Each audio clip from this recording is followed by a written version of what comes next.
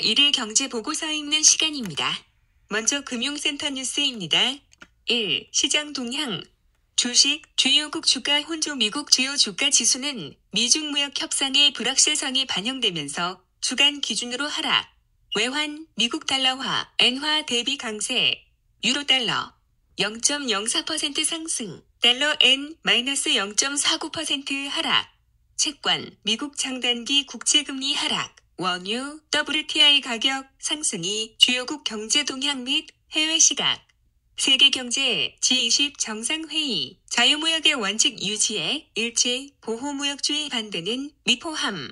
회의 선언문에는 자유, 공정, 투명성을 통해 예측 가능한 안정된 무역 및 투자 여건을 실현하고 시장 개방 기조 유지에 노력한다고 제시. 세계 경제는 하반기부터 2020년까지 완만하게 회복되지만 하방 리스크는 여전하다고 평가. 미국, 미중 정상회의, 추가 관세, 부과 연기 등 무역 분쟁 일시 중재 합의. 미국 트럼프 대통령의 화웨이 제재 양보 등은 중국 정부가 미국 대선 등을 겨냥한 무역 협상 전략의 기인. 시장 규칙을 경시하는 중국의 구조개혁 미진은 세계 경제에도 부정적 영향 불가피. 중국 국가통계국의 6월 제조업 PMI 49.4로 전월비 횡보. 해외 시각 미중 무역 분쟁 휴전, 중국이 주도권을 보유한 형태로 전환. 수요에 대응한 기업의 생산 시스템 변화, 노동소득 분배율 향상에도 기여. 3. 미, 중 정상회담, 결과 및 평가. 이슈, 미중 정상회담에서 미국이 중국산 제품에 대한 추가 관세 부과 계획을 철회하고 중국도 유화적인 모습을 보이면서 협상을 재개키로 합의. 중국은 회담 전일 미국산 대두 54만 톤을 구매하였고 미국 트럼프 대통령은 정상회담 후 기자회견에서 화웨이 제재 완화 가능성도 언급. 평가, 미중 간 강대강 대립 국면이 완화되었다는 점에서 긍정적. 다만 근본적 갈등 해소 방안이 제시되지 않아 향후에도 분쟁이 재발할 가능성이 상당함에 유의. 향후 협상 재개 과정에서 지재권 등 핵심 이익을 둘러싼 이견이 재부각되고 비관세 대립도 지속되면서 긴장이 고조될 우려. 2. 19년 미은행권 스트레스 테스트 결과 및 평가. 현행, 연준의 18개 은행 모두 1차, 2차 은행 스트레스 테스트 결과 평가 대상 통과. 평가, 이번 테스트는 표면적으로 미 은행권의 양호한 자본 건전성을 시사. 트럼프 행정부의 은행 규제 완화로 대상은행들의 상대적으로 양호하게 보이는 착시 현상, 테스트 자체의 유용성 감소 등 회의적인 시각도 제기된 점에 유의. 미은행권 모니터링을 위해서는 스트레스 테스트 외에 여타 지표들도 종합적으로 감안할 필요. 다음은 경제정보센터 뉴스입니다. 1. 2019년 5월 산업활동 동향.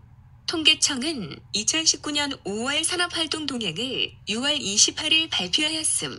전산업 생산은 서비스업 등에서 증가하였으나 광공업 등의 생산이 줄어 전월에 비해 감소하였음. 소매 판매는 의복, 가전제품 등의 판매가 늘어 전월에 비해 증가하였음.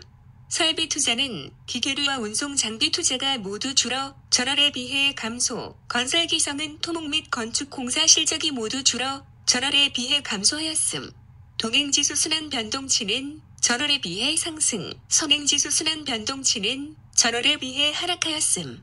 7월 1일 시행되는 특정금융거래보고법령 주요 개정사항. 금융위원회는 7월 1일 시행되는 특정금융거래보고법령을 6월 28일 발표하였다. 주요 개정사항은 1. 금융회사에서 금융정보분석원으로 보고되는 현금 거래의 기존 금액이 현행 2천만 원에서 1천만 원으로 변경됨. 은행 계좌로 물건 대금 이체, 은행 계좌에서 수표로 인출, 자신이 직접 현금으로 지급은 보고 대상에서 제외됨. 2. 전자금융업자와 자산규모 500억 원 이상의 대부업자도 자금 세탁 방지 의무를 이행해야 함.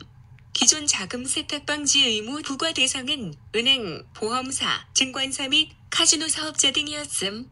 3. 금융회사가 고객 확인을 이행해야 할 일회성 금융거래의 기존 금액이 거래 형태별로 세분화됩니다. 4. 금융회사의 자금 세탁 방지 관련 내부 통지 의무가 강화됩니다. 2. 19년 7월 국고채 발행 계획 및 6월 발행 실적. 기획재정부는 19년 7월 국고채 발행 계획 및 6월 발행 실적을 6월 27일 발표하였다.